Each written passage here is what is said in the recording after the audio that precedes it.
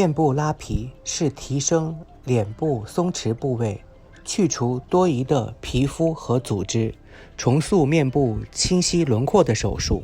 不仅可以重获年轻，而且也有小脸效果。要提升的部位在这里，在脸颊中央做一个切口，这是直接有效的切口，并剥离这个区域。将多余的皮肤切除以后，皮肤的松弛就消失了。但是谁愿意在面部中央白白留下一道疤痕呢？为了疤痕看不到，我们选择在发际线切口，在蓝线的范围内剥离皮肤，但只是提升皮肤，只能将表皮提起，面颊部位的提升力远远不够。为了达到扎实的提升效果，不仅仅要提升皮肤，也要从内部将组织一起提拉。皮肤下垂的原因主要是多余的皮肤和皮下脂肪。我们试图穿过脂肪组织并拉起面颊的时候，因为脂肪很软，挂不住，提升效果很快会消失。可以起到强有力的提升效果的，主要有韧带、ligament 和 SMAS 筋膜。让我们仔细看看每种方法。先看看韧带法。韧带就是这白色的背状的组织，在人体内有很多，起着支撑肌肉和皮肤的作用。在发际线处切开，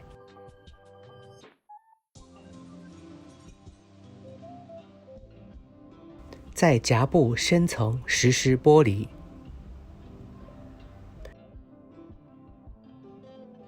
切断韧带。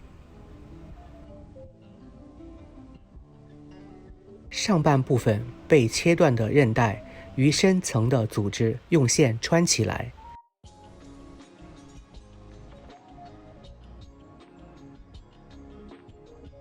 向斜上方提拉，系紧固定，这样整体都提升上去了。去除多余的皮肤，缝合完成。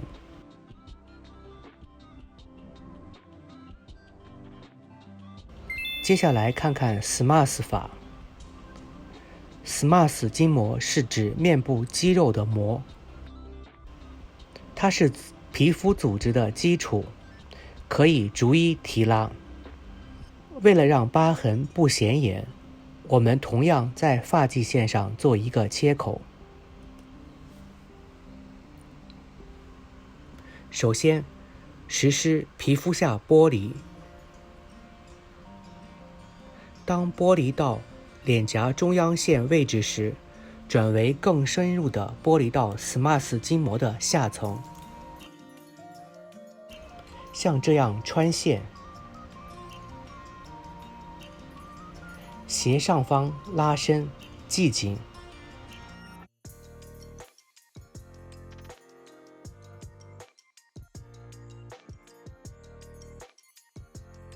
去除多余的皮肤，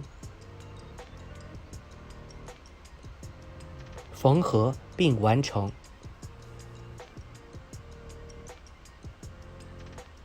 以上两个韧带法和 SMAS 法需要在深层实施剥离，但是如果患者以前做过线雕提升的话，患者的神经是和提升线交叉混合在一起的，很不好区分，更有损伤神经的风险。另外，如果以前做过吸脂手术的话，内部组织里会遗留下大面积的疤痕，因此在靠近神经的层里实施剥离很危险。在这种情况下，以安全为前提，我们使用 MAX 提升法。接下来看看 MAX 方法。将 SMAS 筋膜的上层剥离，然后缝合缩短的方法。在发际线上做一个切口，在 SMAS 筋膜上方实施剥离。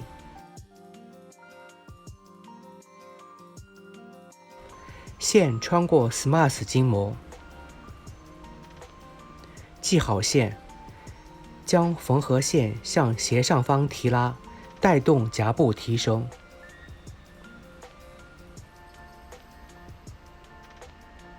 去除多余的皮肤，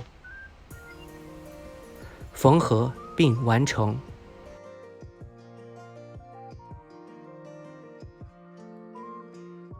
以上的3种方法中的任何一种都可以从内部彻底的提升，绷紧皮肤，切口也不容易被发现。配合面部吸脂和去除假脂垫的话，小脸效果会更明显。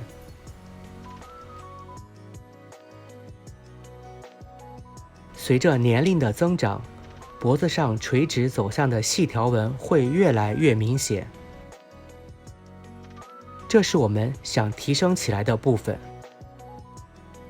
为了使切痕不明显，沿着耳下垂到发际线边缘做一个切口，剥离到这个蓝色的区域。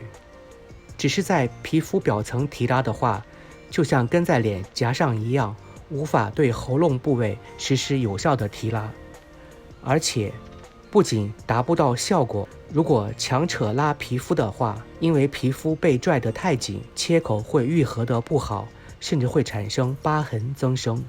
所以为了获得有效的提升效果，需要从深层组织提拉。首先在皮下层实施剥离，将颈阔肌横向切断，如图所示。进入颈阔肌的下部，进一步剥离。手术线的一头系住颈阔肌，系好线，整体向斜上方提拉，去除多余的皮肤，缝合完成。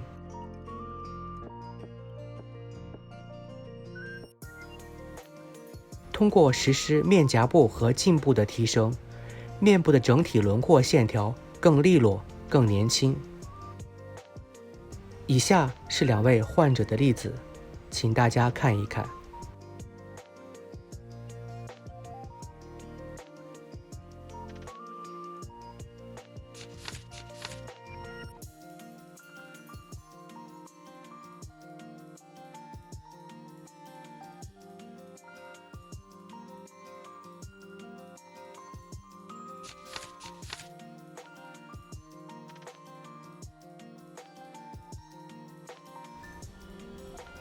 这位57岁的日本女患者来自冲绳，在其他医院做过以下这些手术。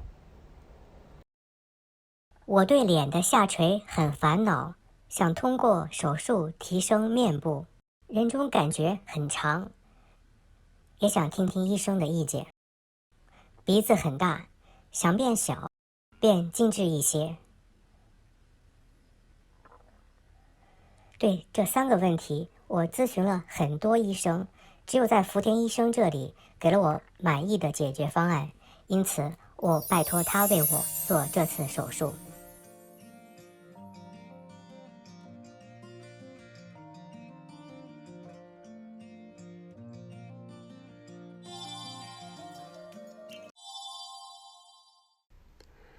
不好意思让你这么远从冲绳跑来。首先，我们要解决面部的松弛。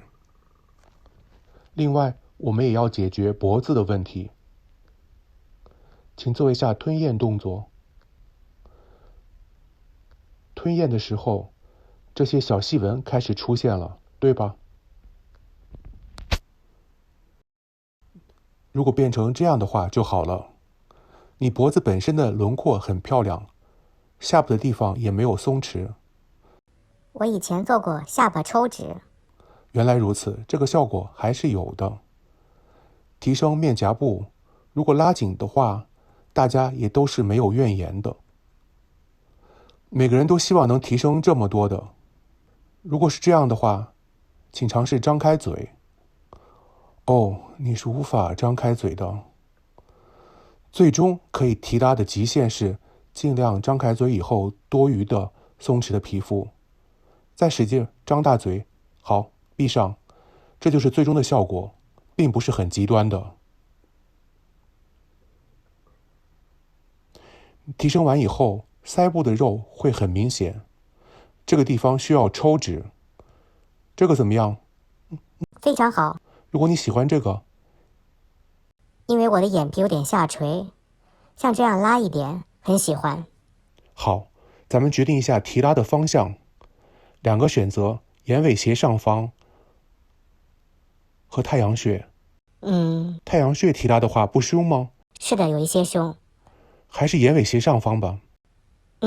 这个也许还可以。好，这个样子。正好下垂也消失了。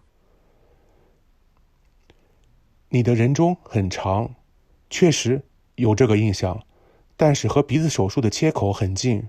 从手术角度，我想避免这种情况，不建议同时做，请2选1。好的，那咱们先做鼻子。听您的意见。尽量这个看上去要细些。拜托。这是术后效果。这是侧面鼻头的走向。为了脸看上去更小的话，是不是中间的这个设计？这是你现在的鼻子，两个方案增加的高度都是一样，中间这个更朝上，显得鼻头短一些。左边的方案很传统，中间的更年轻。咱们选择中间的做吧。这次的手术内容是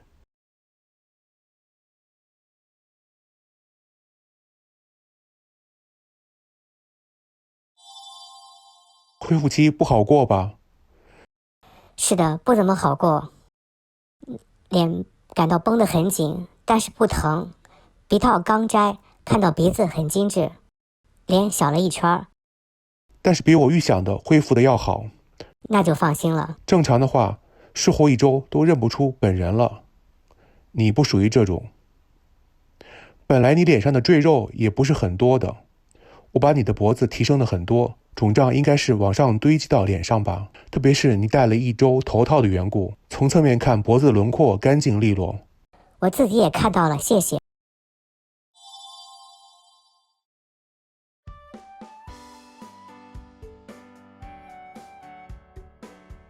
直到术后第20天，我一直感到脸被拉扯着，很难做出面部表情。这以后肿胀迅速消失，笑的时候不那么牵扯了，但是还是不能大笑，大笑的时候还是会疼的。我对效果很满意，情不自禁大笑的时候，感觉这些部位的神经都在跳动，感觉到很稳定。我一直戴着头套，早上睡醒的时候好像更肿胀一些，但站起来正常生活的时候，肿胀就减少了。术后1周，我一直吃的是流食，只能吃软的食物，我的嘴只能张这么大。第3周以后，如果我想努力张嘴吃正常的东西的话，还是可以吃的。嚼的时候很痛，所以还是吃软的食物，或者把东西切碎再吃。张大嘴还是很困难的，比如说葡萄很软吧，粒儿大的话还是一口吃不了，只能切小一点后再吃。术后1周以内刷牙是不可能的，特别是术后第3天，嘴周围肿胀得很厉害，牙刷放不进嘴里，只能用漱口水。只是戴上大檐帽子还是掩盖不了的。首先把连体帽戴上，然后戴上口罩。特别是早上起来的时候，脖子肿胀得更加厉害，需要用拉链拉上，遮挡住脖子。我是一个大大咧咧不在乎的人，但是对那些神经质的患者来说，可能会感到很恐怖的，因为福田医生给了我安全感，特别是技术我很信任，我觉得自己很幸运。这是术后1个月后的疤痕状况。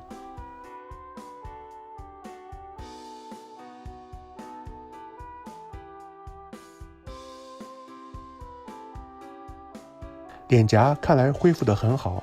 是的，即使我笑也不痛了。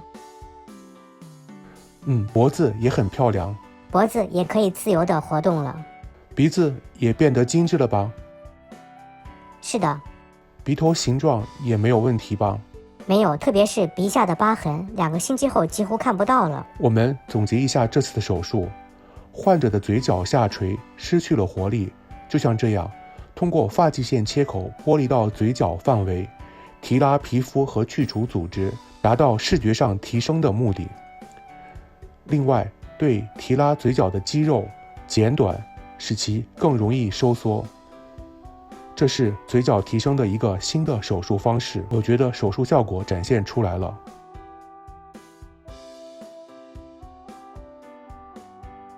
吞咽时纵向的筋和细纹消失了。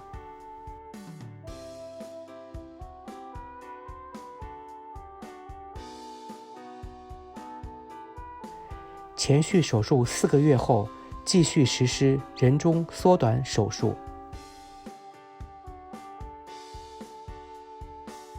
咱们看一下最终手术效果。肿胀越来越少了，感觉换了一个人一样。和老公一起散步的时候，被别人问我是不是他的女儿，被不同的人问了2次。在与亲戚的聚会上，有很多人因为疫情好久没有见面了，都说我疫情期间变漂亮和年轻了。从别人口中，我也感到了自己的变化。面部整体提升，人中缩短了。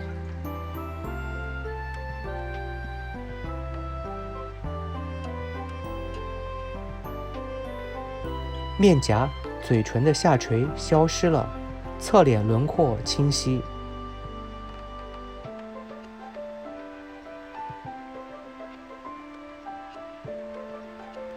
鼻梁变细，鼻头微翘，鼻子整体简约和谐。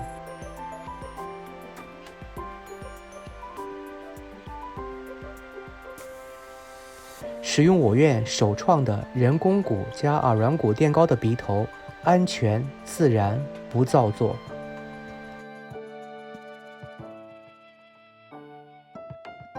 追加做了人中缩短，效果确实很好。毕竟多亏了你。这个手术应该是你所有手术中效果最好的吧？不是的，福田医生，应该是所有的手术。你自己看一下术前术后的对比照吧。脸肯定还会更小，不是吗？鼻子呢？鼻子也变得很美了。这也超出了我们的预期效果。鼻梁没想到变细了这么多。鼻骨并不是切断内推，只是削薄了。这对我来说又积累了一个新的临床经验。